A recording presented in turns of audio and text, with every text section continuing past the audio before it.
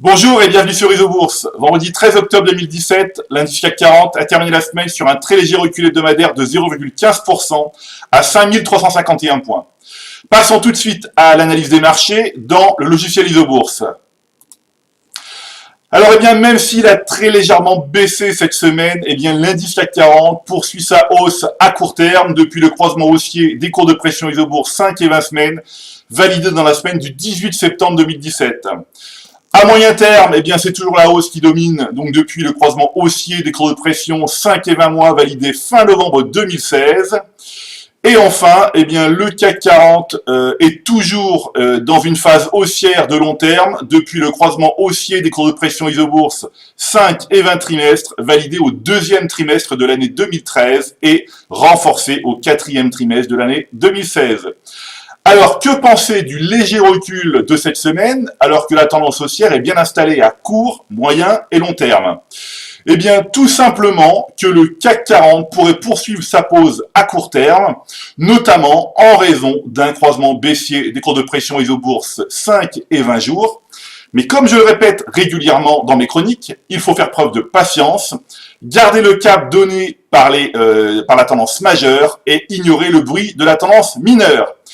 C'est précisément ce que fait le fonds Martin Morel Impulsion France, donc le fonds entièrement piloté par le logiciel Isobourse depuis plus de 8 ans, avec un gain de 21% depuis le début de l'année 2017 et de plus de 60% sur 3 ans.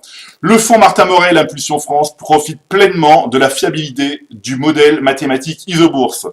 Alors cette semaine, le fonds Martin Morel Impulsion France est resté flat, partagé entre les hausses et les baisses d'un marché en consolidation très court terme. Alors vous voyez, même si elles ont perdu entre 5 et 6% cette semaine, des valeurs bancaires comme Natixis ou Crédit Agricole restent inscrites dans une tendance haussière de moyen terme. Elles subissent simplement les corrections violentes et courtes, schéma classique d'un marché haussier. Alors on va jeter ici un œil à Natixis. Un signal positif en novembre 2016, une position évidemment qui est gardée en portefeuille depuis, plus 46%, des courbes toujours positives, donc malgré cette consolidation, on ne bouge pas de cette valeur.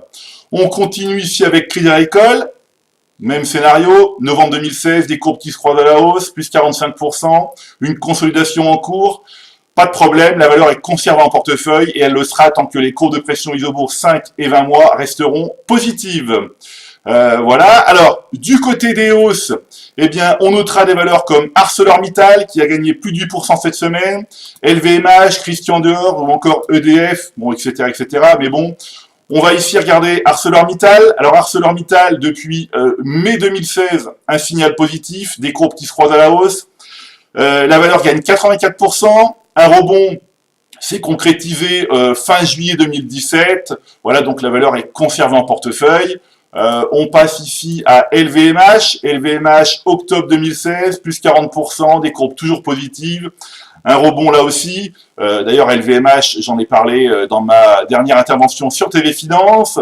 Voilà, on continue ici avec Christian Dior, novembre 2016, signal positif, plus 56%, des courbes toujours positives.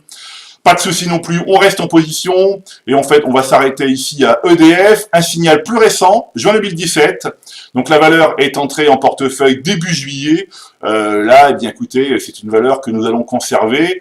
Jusqu'à quand? Nous ne le savons pas, nous n'avons pas d'objectif sur les valeurs, nous nous contentons, comme je le dis souvent, de rester en position tant que les cours de pression 5 et 20 mois sont positives. Voilà, c'est maintenant à vous de faire le point de vos valeurs en portefeuille avec le logiciel Isobourse. Je vous donne rendez-vous pour ma prochaine chronique et d'ici là, restez avec nous sur Isobourse.